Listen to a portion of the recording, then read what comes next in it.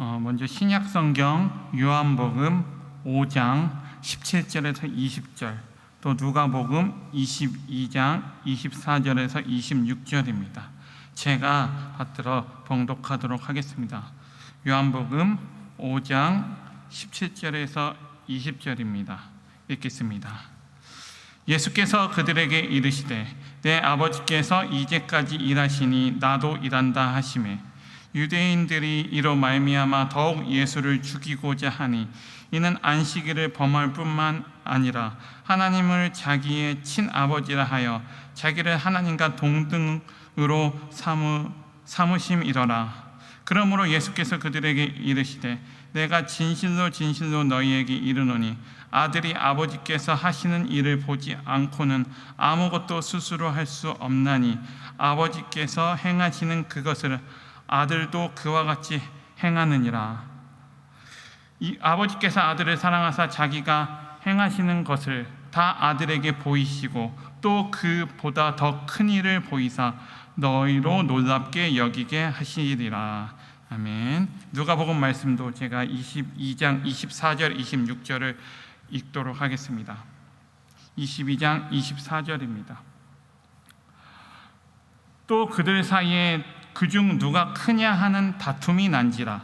예수께서 이르시되 이방인의 임금들은 그들을 주관하며 그 집권자들은 은인이라 칭함을 받으나 너희는 그렇지 않을지니 너희 중에 큰 자는 젊은 자와 같고 다스리는 자는 섬기는 자와 같을지니라. 아멘. 할렐루야.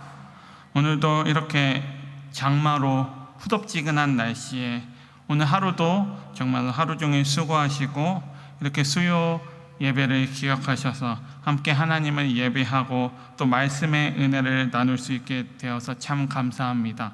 오늘은 하나님 중심적인 사역이라는 제목을 가지고 함께 말씀을 나누고자 합니다. 오늘 우리가 방금 전에 읽은 누가복음 말씀을 보면 예수님과 제자들이 마지막으로 나누는 만찬 자리에서 제자들은 누가 크냐, 누가 더 잘났느냐, 누구의 공이 더 크냐라는 다툼을 하고 있습니다. 여러분, 기독교의 역사상 가장 큰 오해는 기독교만이 진리를 갖고 있고 생명을 갖고 있고, 이거는 맞습니다. 그런데 이 기독교만이 진리를 갖고 있고 생명을 갖고 있는 것은 맞는데, 아예 안 믿는 세상 사람들보다는 그래도 우리가 더 낮게 믿음 생활을 잘하고 있기 때문에 우리는 하나님의 복을 받아서 마땅한 힘을 가져야 한다라고 생각하는 것입니다. 물론 기독교가 진리를 가지고 있고 기독교만이 생명을 가지고 있는 것은 맞지만, 그것 때문에 우리가 남들보다 더 낫다라고 생각하는, 더 선하다라고 생각하는 그런 우월한 생각을 우리도 모르게 아니라고는 하지만 어느 정도는 다 가지고 있다라는 것입니다. 오늘날에도 대부분의 크리스천들은 선한 의도에서 하나님을 더 섬기고 헌신하고자 하는 차원에서 성공주의자가 되는 것을 볼 수가 있습니다. 내가 더 돈을 많이 벌어서, 내가 더 출세해서 이 진리와 생명을 세상에 나누는 것이 주님을 위하는 길이다라고 단순하게 생각합니다. 물론 이것은 맞는 말입니다. 하지만 이 문제는 그렇게 단순하지가 않습니다. 누가 크냐라는 이 만찬에서, 이 제자들의 다툼에서 예수님께서는 누가 크냐, 누구의 공이 더 크냐라는 이 제자들의 다툼에서 예수님께서는 이렇게 말씀하십니다. 세상에서 높든지 낮든지 먼저 섬기는 자가 되어라 라고 말씀하십니다. 이 세상에서는 큰 자들이 다스리지만 하나님 나라에서는 큰 자들이 도리어 섬기는 자들이다 라고 말씀하신 것입니다. 사도 바울도 로마서 5장에서 이 문제에 대해서 이야기하고 있습니다. 로마서 5장 1절에서 4절까지의 말씀을 보면 이렇게 나와 있습니다. 그러므로 우리가 믿음으로 의롭다 하심을 받았으니 우리 주 예수 그리스도로 말미암아 하나님과 화평을 누리자. 또한 그로 말미암아 우리가 믿음으로 서 있는 이 은혜에 들어감을 얻었으며 하나님의 영광을 바라고 즐거워하느니라. 다만 이뿐 아니라 우리가 환난 중에도 즐거워하나니 이는 환난은 인내를, 인내는 연단을, 연단은 소망을 이루는 줄 알미로다. 이렇게 사도 바울은 이야기하고 있습니다. 사도 바울은 방금 5장 1절 말씀에서 기독교인들의 현실을 설명하고 있습니다. 우리는 믿음으로 의롭다함을 받았고, 그리고 그렇기 때문에 하나님과 화평을 누리게 되었다. 그리고 이어지는 2절에서 그러므로 우리가 이 믿음으로 서 있는 이 은혜에 들어감을 얻었으며 우리는 그렇게 하나님께 구원받았으므로 하나님의 영광을 바라고 즐거워한다. 이렇게 이야기하고 있습니다. 사랑하는 성도 여러분, 우리는 성도로서 그 구원의 완성인 하나님의 영광을 그렇게 약속받은 그런 사람들입니다. 그렇기 때문에 우리의 신분이 귀하게 여겨집니다. 그렇게 하나님께서 우리를 구원해 주시고 하나님을 내 마음의 주인으로 모시고 하나님을 나의 구주로 모실 때 하나님께서는 우리에게 값없이 구원을 선물로 주셨습니다. 그렇게 2절까지는 우리의 신분이 아주 귀하다라는 이야기를 하고 있습니다. 2절까지는 참 듣기 좋은 내용입니다. 그런데 이어지는 3절부터 보면 그렇게 영광스러운 성도의 신분을 가지고 있지만 그 성도의 현실이 어떠한가 이야기하고 있습니다.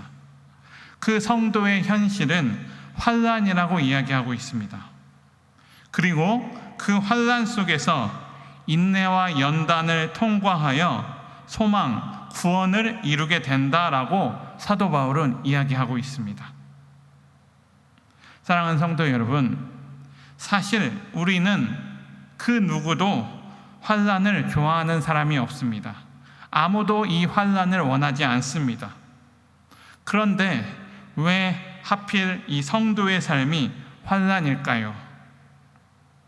우리는 사실 예수님을 믿고 난 다음에는 환난이 아니라 축복을 받아서 우리의 모든 일이 잘 되고 힘을 가져야 한다고 우리 모두가 그렇게 소원합니다. 그런데 현실적으로 그렇지 않은 일에 대하여 현실에는 환난이 훨씬 더 많으니까 우리는 당황해하며 때로는 실족하기도 하고 많은 딜레마에 빠지기도 합니다. 왜 하나님을 잘 믿는 우리에게, 우리의 성도의 삶에, 우리의 현실 속에서 세상의 성공을 주시지 않고 하나님을 믿는데 우리에게 환난을 주실까? 영국의 마틴 로이드 존스 목사님이 이 로마서 5장을 해석하셨는데 그 마틴 로이드 존스 목사님의 로마서 5장의 해설에 의하면 이렇게 이야기하고 있습니다. 인간이 환난을 만나면 인간은 그리스도의 필요성을 새삼스럽게 다시 확인하게 된다라고 이렇게 로마서 5장을 이렇게 해설하고 있습니다. 참으로 적절한 표현 같습니다. 그리스도의 필요성을 새삼스럽게 다시 확인하는 것, 이 그리스도의 필요성이란 다른 말로 하면 은혜입니다. 우리에게는 길도 진리도 생명도 은혜도 하나님을 만나기 전 예수님을 만나기 전에는 그 무엇도 우리에게는 없었습니다. 그러나 우리는 환난을 통해서 그리스도를 간절히 구하게 되는데 그 그리스도를 통해서 우리는 그리스도께서만 가지신 그 풍성한 자원, 그리스도 안에 있는 길과 진리와 생명과 은혜를 우리가 환난을 통해서 예수 그리스도를 구하며 그 예수 그리스도의 풍성한 자원을 우리가 함께 누릴 수 있게 된 것입니다. 그것이 환난이 하는 일이라는 것입니다. 성경에 나오는 요셉도 오랜 환난 후에 그 힘, 그 은혜를 얻었습니다. 모세도 오랜 환난 후에 그 힘을 얻고 백성의 지도자가 되었습니다. 성경에 보면 성경의 수많은 지도자들이 오랜 환난 후에 그 힘과 지혜를 얻게 된 것을 우리가 볼 수가 있습니다. 우리에게는 길도 진리도 생명도 은혜도 분별력도 거룩함도 없는데 우리에게 그런 세상적인 힘만 있으면 큰일 난다라는 것입니다. 오히려 그 힘이 우리의 일을 망치기가 십상이라는 것이죠. 이러한 차원에서 환난은 우리에게 매우 요긴합니다. 환난은 우리에게 그리스도를 갈망하게 만들고, 그래서 그리스도를 갈망함으로 예수님만이 가지신 그 자원들을 그 환난을 통해서 우리에게 공급받게 해주신다라는 것이죠. 그래서 그리스도인이 된 우리는 신분적으로는 영광스러운 구원을 얻은 사람들이지만 실제 삶의 환경에서는 환난을 하나님께서 겪게 하신다라는 것입니다. 더 쉽게 얘기하면 광야 생활을 경험하게 하신다라는 것입니다. 다시 말해서 환난은 성도로 하여금 섬기게 하는, 하나님을 더욱더 섬기게 하는 하나님의 방법이라는 것이죠. 사랑하는 성도 여러분, 우리는 아주 쉽게 내가 누구를 도와주고 누구를 격려하고 싶은데, 그러려면 내가 먼저 이 세상에 힘을 가져야 된다. 그래야지 내가 그것으로 남을 더 도와줄 수가 있다라고 단순하게 생각합니다. 내가 건강해야, 내가 여유가 좀 있어야 남을 섬길 수 있다라고 생각합니다. 그런데 성경에서는 반대로 환난을 당하는 것이 섬기는 길이다라고 말씀하고 있습니다. 그 이유는 환난을 통해서 우리는 예수 그리스도께서 가지신 그 자원을 우리가 마음껏 이용할 수 있기 때문입니다. 그래서 그 예수 그리스도께서 가지는 그 자원으로 우리는 그 어려운 이웃을 섬기고 도와줄 수가 있는 것입니다. 또 고린도후서 4장 5절에서 사도 바울은 이렇게 이야기하고 있습니다. 우리는 우리를 전파하는 것이 아니라 오직 그리스도 예수의 주 되신 것과 또 예수를 위하여 우리가 너희의 종된 것을 전파함이라 라고 이야기하고 있습니다. 우리는 우리를 전파하는 것이 아니라, 우리를 자랑할 것이 아니라, 우리가 예수님을 섬기는 사람들이라면 오직 예수 그리스도의 주되심과 우리가 정말로 그리스도의 종된 것을 전파해야 된다라고 말씀하고 있는 것입니다. 우리를 자랑해야 되는 것이 아니라 정말 예수 그리스도를 자랑해야 된다는 것입니다. 이러한 겸손함이 우리에게 있어야 된다는 것이죠. 그런데 오늘날 우리 주위를 가만히 살펴보면 우리가 하는 사역들에는 자기 중심적인 사역들이 가득한 것 같습니다. 무슨 말이냐면 우리가 이 말씀을 잘못 적용하면 이렇게 됩니다. 내가 예수님을 증거하기 위해서 내가 너희를 위하여 기꺼이 섬기는 종이 되었다. 그러니까 너희는 내가 섬기고 내가 증언하는 말을 너희는 잠잠코 잘 들어야 한다. 내가 종된 것은 너희보다 못해서 된 것도 아니고 내가 전파하는 것은 너희를 위하여 아주 귀한 것이니 너희는 반드시 내 말을 들어야 해 라는 이러한 나도 모르는 그러한 우월한 자기의식을 가진 자세가 나올 수가 있다는 것이죠. 오늘날 우리 주위를 둘러보면 자기중심적인 사역들이 가득한 것을 우리가 볼 수 있습니다. 이 자기중심적인 사역이 무엇이냐? 이 자기중심적인 사역이란 말 그대로 사람이 계획해서 사람의 방법대로 사람의 자원으로 소위 하나님을 위해서 한다라고 말을 하는 사역이지만 이것은 다 자기중심으로 내 생각대로 내 자원으로 내 생각대로 하나님을 섬기는 것이기 때문에 하나님을 위해서 사역한다고 하지만 인간 중심적인 사역이 되는 것입니다. 예를 들어서 많은 부모님들이 자녀를 위해서 자녀를 키운다고 하지만 때로는 어떤 면에서는 부모의 체면을 위해서 주변의 시선을 의식하면서 자녀를 키울 때가 많다라는 것입니다.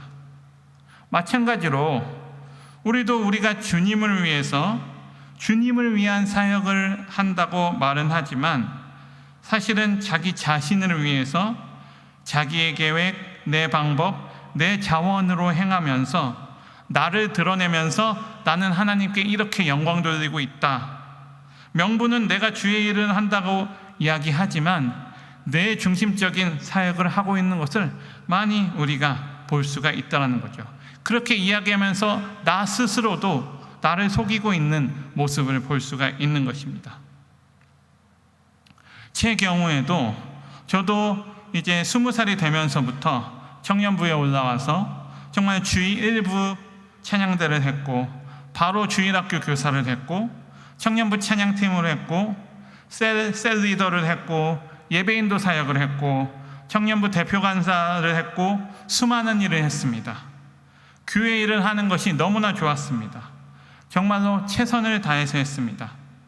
그리고 마치 내가 없으면 교회가 돌아가지 않을 것처럼 그렇게 열심히 주의 일을 했습니다. 하지만 체험이 없이 그렇게 쏟아내기만 했던 사역은 2, 3년이 지나자 다 소진되고 말았습니다. 누구보다도 열심히 했습니다.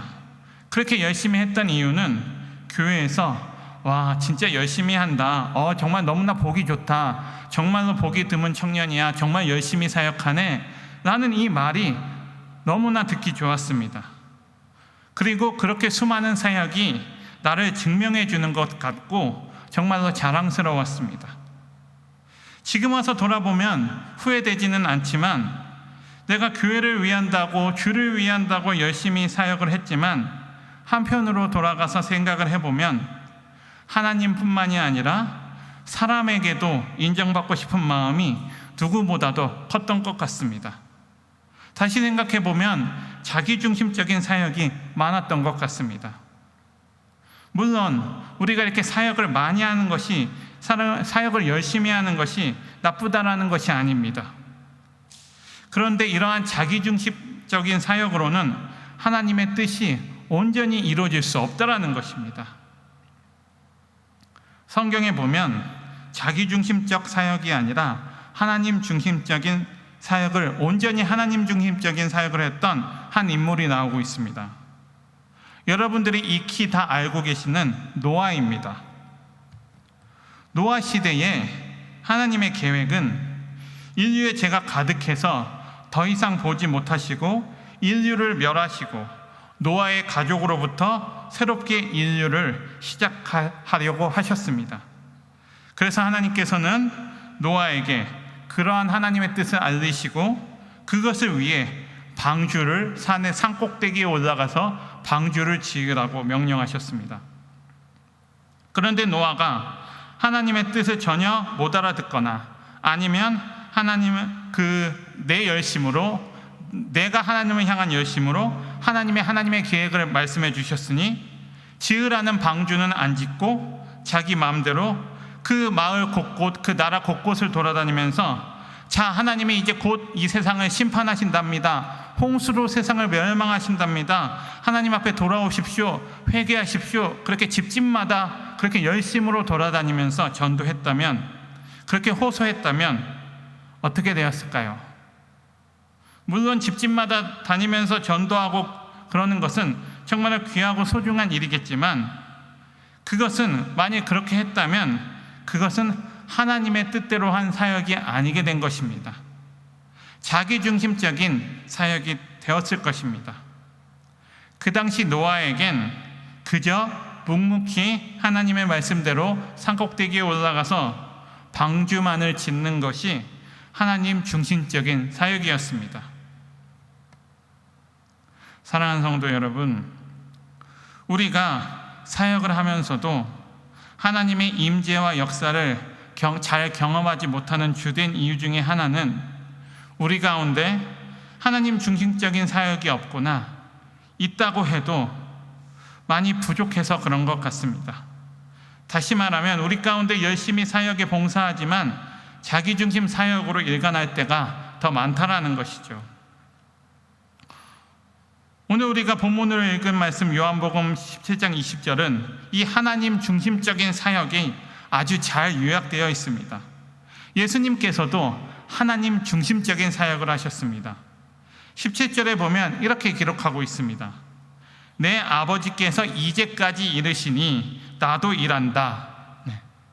예수님께서는 자신의 사역을 감당하신 것이 아니라 아버지의 사역을 감당하셨습니다. 그래서 성경에 보면 이 방법은 예수님뿐만이 아니라 신구약에 나오는 수많은 하나님의 사람들은 다 이 방법으로 하나님 중심적인 사역을 감당했습니다. 내 아버지께서 이제까지 일하시니 나도 일한다. 이것이 하나님 중심적인 사역인 것입니다. 사랑하는 성도 여러분, 사역은 하나님께서 자신의 일을 이루시는 것이 사역입니다. 사역은 우리가 하나님을 위해서 뭔가를 열심히 하는 것이 아닙니다. 사역은 하나님께서 하나님의 능력으로 자신의 일을 이루어 가시는 것이 사역이고, 그 일에 우리가 동참해서 우리가 하나님의 일을 하는 것입니다. 즉 사역의 주체가 우리가 되어서는 안 되고 하나님이 되어야 한다라는 것입니다. 인간인 우리가 사역의 주체가 되는 것이 아니라는 것입니다. 흔히 우리가 주의 일을 한다라고 이야기할 때, 우리는 그것을 주의 일을 한다라고 이야기할 때 우리가 주님을 위해서 하는 어떠한 봉사, 어떠한 수고, 우리가 주님을 위해서 하는 어떠한 사역을 우리가 주의 일을 한다라고 많이들 이야기하는데, 그런데 예수님께서도 주의 일을 한다라고 오늘 말씀에서 이야기하셨습니다. 그런데 이 주의 일은 예수님이 아버지 하나님을 위해서 한 일이 아니라 정말로 하나님 아버지의 일 그 자체셨습니다. 예수님께서 아버지의 일을 하신다고 할 때는 예수님이 아버지 하나님을 위해서 한 일이 아니라 정말로 그 사역의 주체가 예수님이 되시지 않고 정말 아버지 하나님이 하시는 그 일을 예수님이 하신 것입니다. 주체가 하나님이셨던 것입니다. 마찬가지로 우리들도 우리가 주의 일을 하는 것이 주님을 위하여 하는 일이 되어서는 안 되고 말 그대로 주님의 일이 되어야 하겠습니다.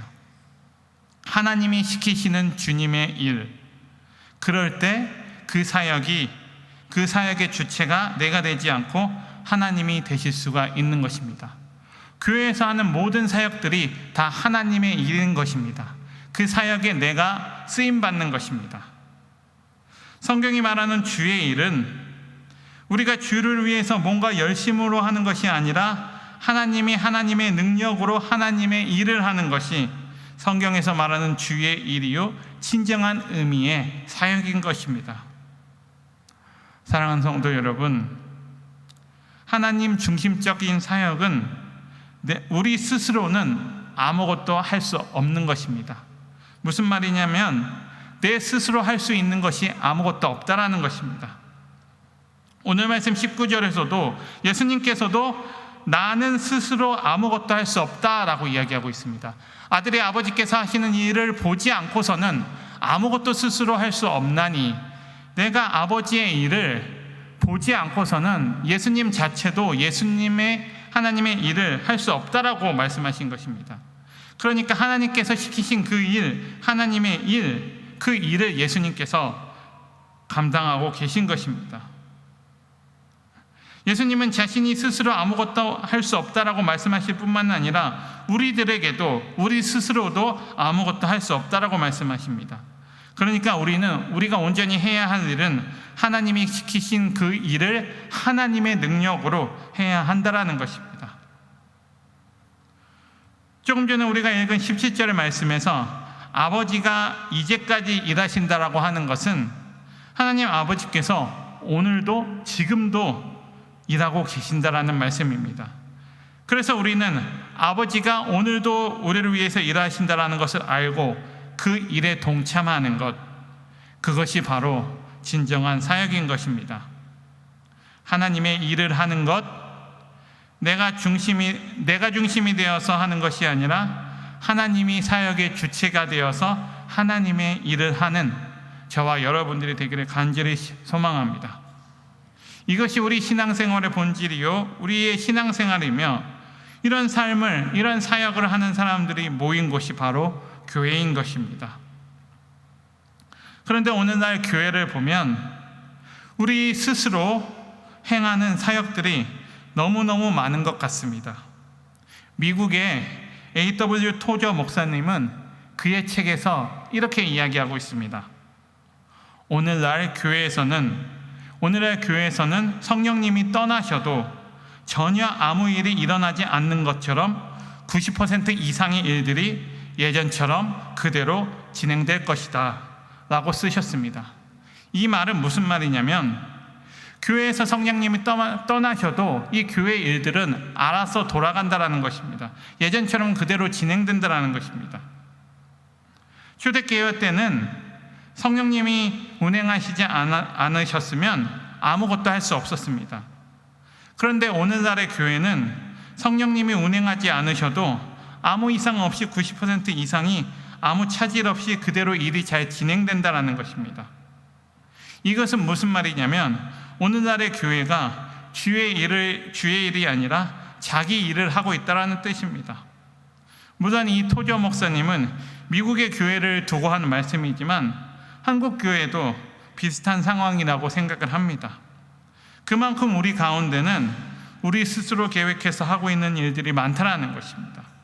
그런데 예수님은 우리가 말씀에서 본 것처럼 자신이 아무것도 스스로 할 수 없다라고 말씀하시고, 우리도 스스로 아무것도 할 수 없음을 말씀하시고, 하나님이 시키신 그 일을 하나님의 능력으로 하라고 말씀하셨습니다.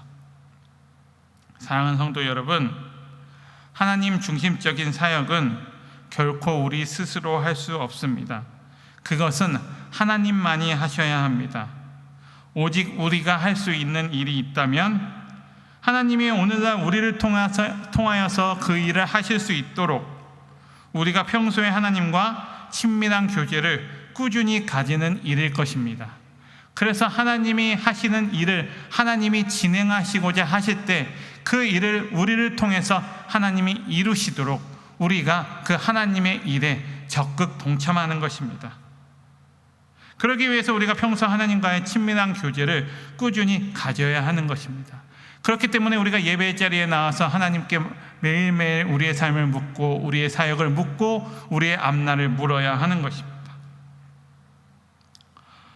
사랑하는 성도 여러분, 정말로 오직 우리가 할 수 있는 일이 있다면 하나님이 오늘날 우리를 통해서 역사하시도록 우리의 마음을 활짝 열고 하나님이 우리를 통하여 일하실 수 있도록 하나님과의 친밀한 교제가 끊이지 않는 저와 여러분들이 되기를 간절히 소망합니다.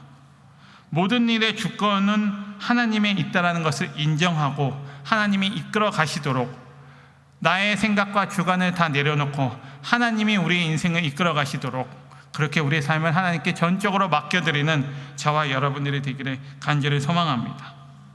예수님이 먼저 그렇게 하셨고 성경의 수많은 모든 그 지도자들이 그렇게 하나님 중심적인 사역을 하였습니다.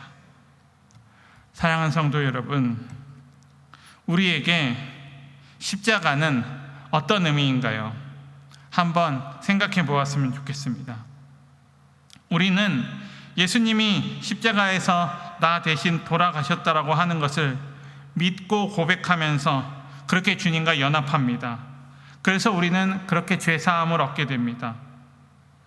그런데 우리가 그렇게 예수 그리스도 내 마음의 주인으로 모시고 예수님을 믿고 정말로 예수님이 나 대신 돌아가셨다라는 것을 믿고 고백하면서 그렇게 죄사함을 받은 다음에는 그 십자가는 반환점이 되어버립니다.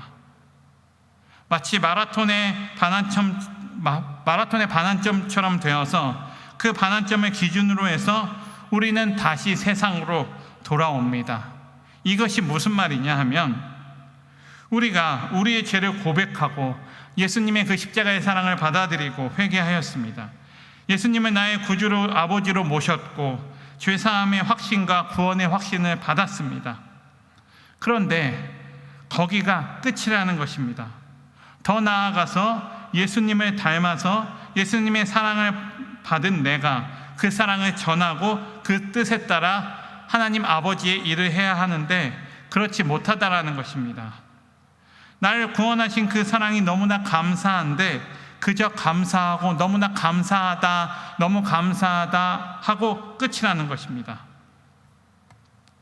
사랑하는 성도 여러분, 십자가는 반환점이 아니라 통과점입니다. 십자가가 반환점이라면 우리는 주님의 그 사랑을 깨닫고 돌아와서 다시금 세상에 돌아와서 똑같이 살아갑니다. 이 세상에서 우리 마음이 좋아하는 것들을 똑같이 추구하며 살아갑니다. 십자가에서 죄사함을 받고 하나님의 아들, 딸들이 된 다음에 우리는 다시 이 세상에 돌아와서 변화됨 없이 우리가 원하고 소원하는 것, 형통한 것, 우리가 추구하는, 좋아하는 그런 삶을 하나님의 사랑을 깨닫고 돌아와서 그대로 산다라는 것입니다. 그냥 그 십자가의 사랑을 한번 경험하고 눈물 흘리며 그 십자가의 사랑을 경험하고 그 사랑을 깨닫고 나서 그대로 그냥 끝나버리는, 십자가를 그냥 한번 경험으로 만족하는 그러한 삶을 살게 됩니다. 사랑하는 성도 여러분, 십자가는 한번 경험하고 돌아오는 그러한 반환점이 아닙니다. 십자가는 거쳐서 지나가야 하는 곳입니다. 십자가를 지나가야 한다는 것은 그 십자가를 통과할 때 나의 세상의 그 모든 가치관들이 변하고 다시금 재정립된다는 것입니다. 다시 말해서 이 세상을 섬기는 자가 된다는 것입니다. 종이 된다는 것입니다. 남을 더 나은 사람으로 여기고 우리에게 다가오는 그 성도의 환난이 우리에게는 기쁨이 된다는 것입니다. 그 환난이 우리에게 기쁨이 되는 이유는 하나님께서 우리에게 주신 그 구원의 확신과 하나님이 가지신 그 구원의 그 하나님의 모든 자원들을 우리가 이용할 수 있기 때문에 그 환난이 감사로 변한다는 것입니다. 사랑하는 성도 여러분, 우리가 고난 주간에만 십자가를 묵상하는 것이 아니라 날마다 예수 그리스도의 십자가를 묵상하며 살아가는 저와 여러분들이 되기를 간절히 소망합니다. 주의 일을 하면서 나의 힘은 다 빼고 하나님 중심적인 사역을 하는 저와 여러분들이 되기를 간절히 소망합니다. 말씀을 정리하도록 하겠습니다. 2024년도 이제 절반 지나왔습니다.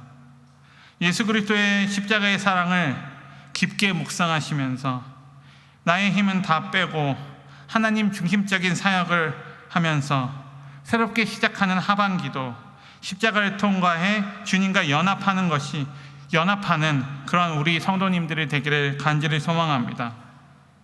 노아는 수많은 비난과 조롱에도 묵묵히 하나님의 일을 감당하였습니다. 우리가 주의 일을 한다고 할 때 우리가 주를 위해 무엇을 열심히 주를 위해서 무엇을 열심히 하는 것이 아니라 주의 일을 하기 원합니다. 하나님의 일을 감당하는 우리가 되기를 소원합니다. 하나님의 일이 우리 안에 많이 일어나기를 간절히 소망합니다. 그래서 자기 중심적인 사역이 아니라 하나님 중심적인 사역을 잘 감당하는 저와 여러분들이 되었으면 좋겠습니다. 그리고 우리가 예수님을 믿으면서 신앙생활을 하면서 받는 그 고난과 환난을 능히 이기기를 원합니다.